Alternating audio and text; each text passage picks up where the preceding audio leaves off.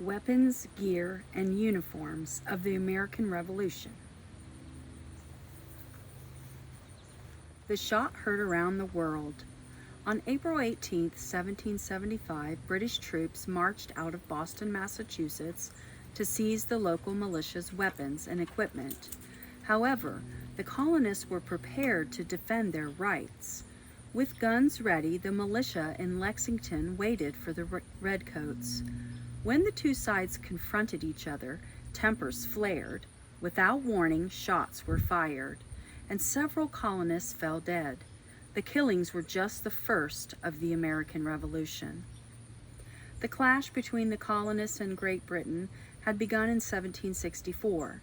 The British government began raising taxes on its 13 American colonies, but no colonists sat in the British Parliament. The Americans had no say in making the tax laws that affected their lives. Many colonists became angry about taxes they felt were unfair. In 1773, the British government passed the tea tax. This law strengthened Britain's taxes on the tea brought to the colonies. To protest the law, a group of colonists dumped thousands of pounds of tea into the Boston harbor. The Boston Tea Party angered the British, and Parliament passed new laws restricting freedoms in Massachusetts and other colonies. Finally, in 1775, the fighting in Lexington spurred the colonies to fight for independence from Britain. Compared to today's high-tech weapons, military gear in the late 1700s was simple. Most troops fought with muskets and swords. Soldiers usually had to march from one place to the next on foot. Heavy cannons had to be carried on wagons pulled by horses. However, as simple as the weapons were, the bloody war saw the loss of more than 100,000 lives. Uniforms. American uniforms. American soldiers wore a variety of clothing.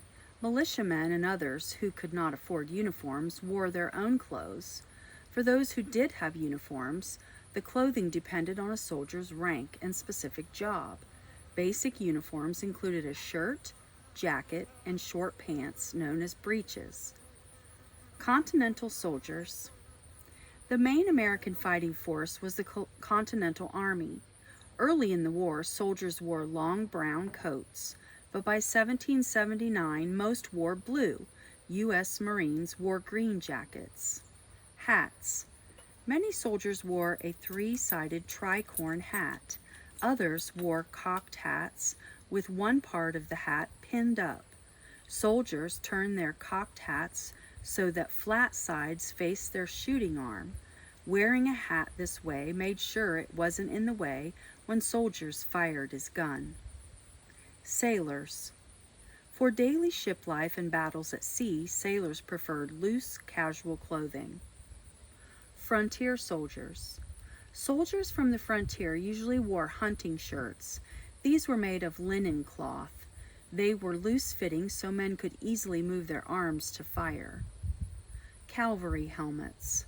American cavalry soldiers wore helmets to protect their heads if they fell from their horses.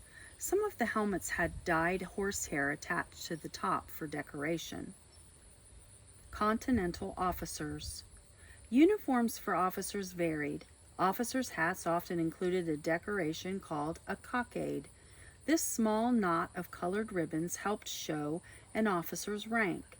Shoulder markings called epaulettes also showed an officer's rank. British uniforms. British soldiers were professionals. They were expected to wear their uniforms a certain way and look their best. But their colorful, fancy uniforms weren't always practical on the battlefield. Stiff shirt collars made it hard for soldiers to turn their heads, for example. Still, certain items of clothing were useful, such as helmets and straps for holding gear. Hats. Some British troops wore tricorn hats. Others wore a leathery infantry hat with a leather visor. Grenadier soldiers wore tall, heavy bearskin hats. Coats. British soldiers were often called redcoats because of their long red jackets. The bright color made it easy for the soldiers to see each other on the battlefield. However, the red color made it easier for American soldiers to see them too. British cavalry. The arrival of British cavalry marked the first time these mounted troops were used in North America. British riders often wore metal helmets. An officer's uniform included a gorget. This small decorations were originally large metal breastplates that soldiers wore for protection in battle. But by the American Revolution, officers mainly wore them as symbols of their rank. They no longer offered much protection in battle. Some American officers, such as George Washington, also wore a gorget. Gear and tools. Gear for daily life. Both British and American troops carried most of their gear they needed. British troops received supplies from the government, but American troops often had trouble getting the supplies they needed. Continental soldiers often had to make their own gear. They also captured necessary supplies from the British. Haversacks. A cloth bag called a haversack held food and items a soldier needed to eat. Larger bags were called knapsacks and had 2 straps, one for each shoulder. Canteens. Many soldiers carried their water in wooden canteens. A few canteens were made of metal. Larger wooden kegs were something carried as well. Tinderbox. Starting a fire outdoors was important for cooking food and keeping warm. Soldiers kept fire-starting tools in a tinderbox. It contained a flint and steel that were struck together to create a spark. The box also held small strips of cloth that caught the spark and began to burn. Bedrolls. Bedrolls were worn over the shoulders. The simple bedding consisted of a ground cloth and a blanket. Soldiers slept with the ground cloth under them and covered themselves with the blanket. Knives. Many soldiers carried a knife for eating, a pocket knife, and a fascine knife. Fascine knives had hooked blades that were useful for cutting small tree branches. Tools for war. Marching and fighting in the war was tiring. In addition to their weapons, soldiers had to carry several tools on the battlefield. Many tools were needed to prepare and fire the soldiers' muskets. Officers had tools to keep watch over a battle. Special equipment was also used to inspire soldiers to keep fighting as the battle raged on. Cartridges. Cartridges consisted of paper wrapped around metal balls called shot and gunpowder. A soldier usually bit open the top of the cartridge and poured some gunpowder into the musket's pan near the trigger. The rest of the gunpowder in the shot was then poured down the gun barrel. The soldier rammed down the shot and powder with a metal rod before firing the weapon. Powder horns. Some soldiers kept their shot and gunpowder separate. The powder was stored in hollow horns taken from a cow or other animal. The horns often had designs, pictures, or even maps carved into them. Bullet molds. Between battles, soldiers often needed to make their own shot. They carried ball-shaped molds that made of stone or iron for this job. They poured molten lead into the molds to make bullets. Spyglasses. Some officers carried small telescopes called spyglasses. These devices helped them watch enemy movements from far away. Drums. Armies of the 1700s usually marched with musicians. Drums were used to send signals to troops on the battlefield. A type of flute called a fife was used to inspire soldiers as they marched and fought. Colors. Each group of soldiers had its own flag or colors. The color bearer was a soldier who carried and raised the flag into battle. The flag showed a unit's position on the battlefield. Light weapons. Long barrel guns. Before the American Revolution, guns were heavy and hard to reload. Newer flintlock muskets were an improvement, but were still hard to load and shoot. The best guns were rifles. Twisting grooves called rifling were cut inside the barrel. Rifling made the shot spin as it was fired, which helped the bullet fly straighter and farther. Muzzle-loaded muskets. Muzzle-loading muskets were the most common weapon of the war. The shot was loaded in the open end or muzzle of the gun barrel. The typical musket was more than 4 feet long and weighed 8 to 12 pounds. Flintlocks. Most guns at the time used a flintlock, which created a spark that fired the shot. Most soldiers could fire a flintlock musket 3 or 4 times a minute. Carbines. Cavalry soldiers often used carbines. A carbine was shorter than a regular musket and fired slightly smaller shot. The carbine's lighter weight made it easier to carry and fire on horseback. Breech-loading rifles. British officer Patrick Ferguson perfected one of the world's first breech-loading rifles. Few were used during the war, perhaps because the British government did not realize how effective they were. Soldiers could fire faster when loading from the breech instead of the muzzle. Pennsylvania long rifles. Some American frontiersmen had guns called Pennsylvania long rifles. A good shooter could hit a target up to 200 yards away with a Pennsylvania rifle. Common muskets were accurate only to about 50 yards, but the Pennsylvania was very slow to reload. For that reason, it was not very effective in the battle. Pistols and grenades. In addition to long-barreled guns, soldiers used several smaller weapons. Pistols fired accurately, but only at short distances.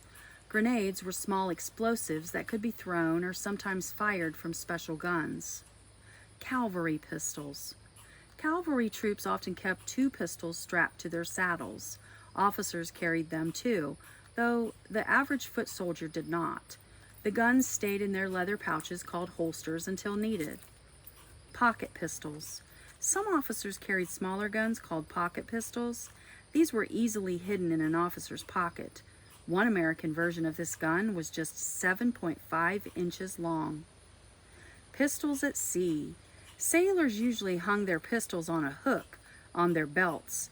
The guns were handy when boarding an enemy ship or for defending their own ship.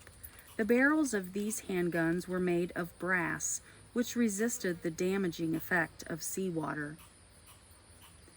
Blunderbuss. Some soldiers and Marines used a blunderbuss. This short musket had a wide barrel end. The blunderbuss sprayed small shot over a wide area. It was an effective weapon against enemies on a crowded ship's deck. Hand grenades. A rarer small weapon was the hand grenade. A small spherical iron container was filled with gunpowder. A soldier lit a fuse and then threw the grenade. When the lit fuse reached the powder, the grenade exploded. Swords and knives. Thousands of years ago, people learned to create weapons from iron and steel. The metal allowed weapons to have both a cutting edge and a piercing point. During the American Revolution, both American and British soldiers used a variety of swords, knives, and other bladed weapons on the battlefield. Bayonets. A bayonet was one of a soldier's most important weapons. Most battles ended with enemies fighting in hand-to-hand combat. The bayonet turned a gun into a deadly spear with a long range. Hunting swords. Infantry troops carried straight swords. Some of these weapons were simple hunting swords used to kill an animal after it had been wounded. Cavalry sabers. Cavalry soldiers favored swords called sabers. These slightly curved swords were ideal for soldiers on horseback when attacking enemy infantry troops. Long knives.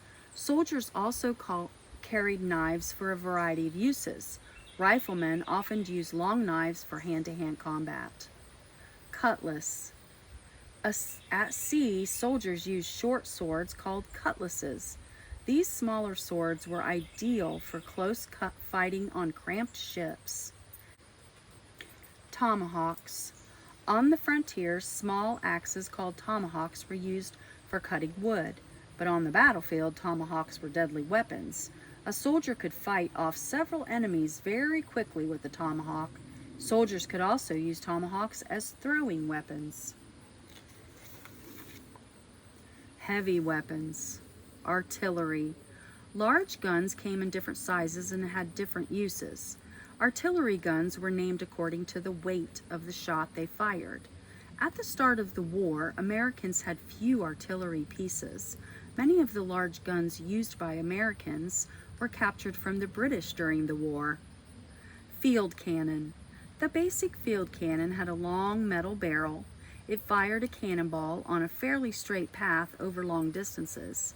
Sometimes the cannonball was fired so it would bounce along the ground to wipe out advancing enemy troops. 18-pounder siege gun. Heavier cannons, such as 18-pounders, were often used during sieges of enemy locations. The heavy guns usually stayed in one spot. Soldiers used them to fire large shells at targets.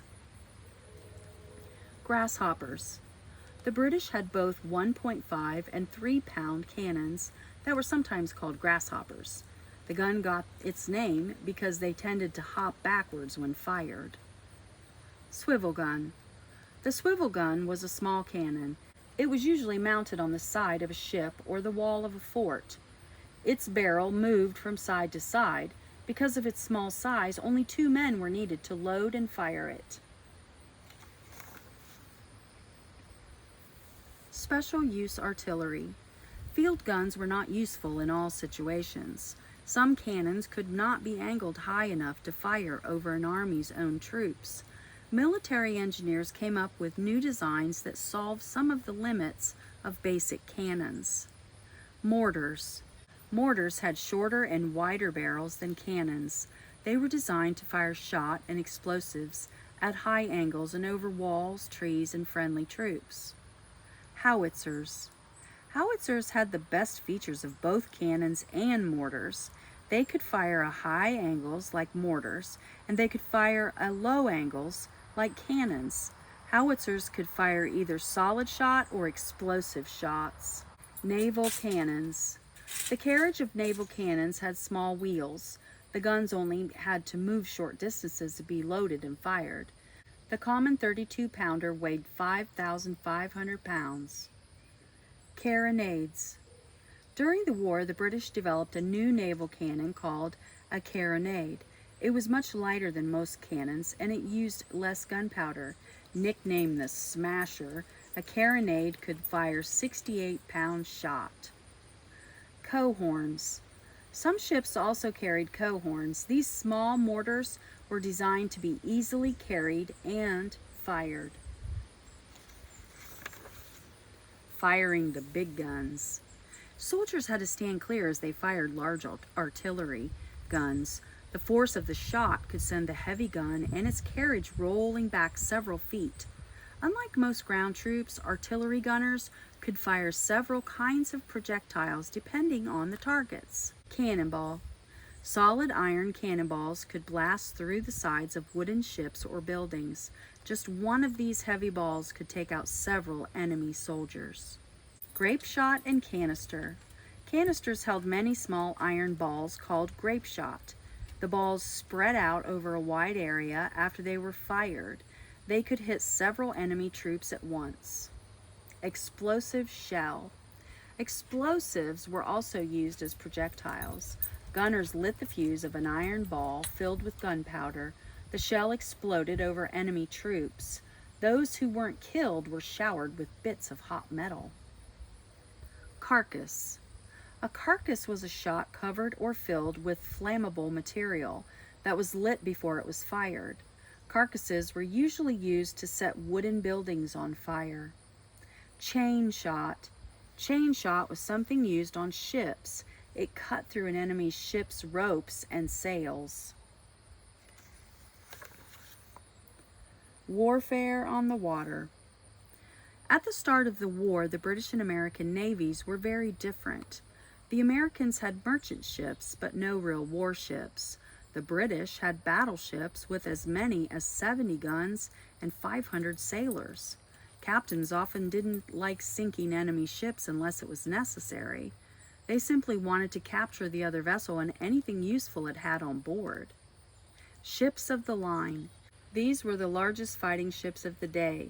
They could have up to 3 decks and as many as 120 guns. The heavier guns were placed on the lowest deck, while lighter guns on the upper decks. Underwater obstacles. Americans used dangerous underwater obstacles to try to block British ships from sailing up rivers. One such obstacle was the spiked timber crib. Wooden timbers created a small pen that held large rocks. The rocks held up a large spike that could pierce the bottom of an enemy ship. Floating batteries.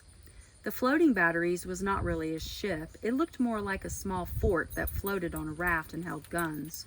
Sailors would usually row them into place, but a few also used sails. Underwater mines.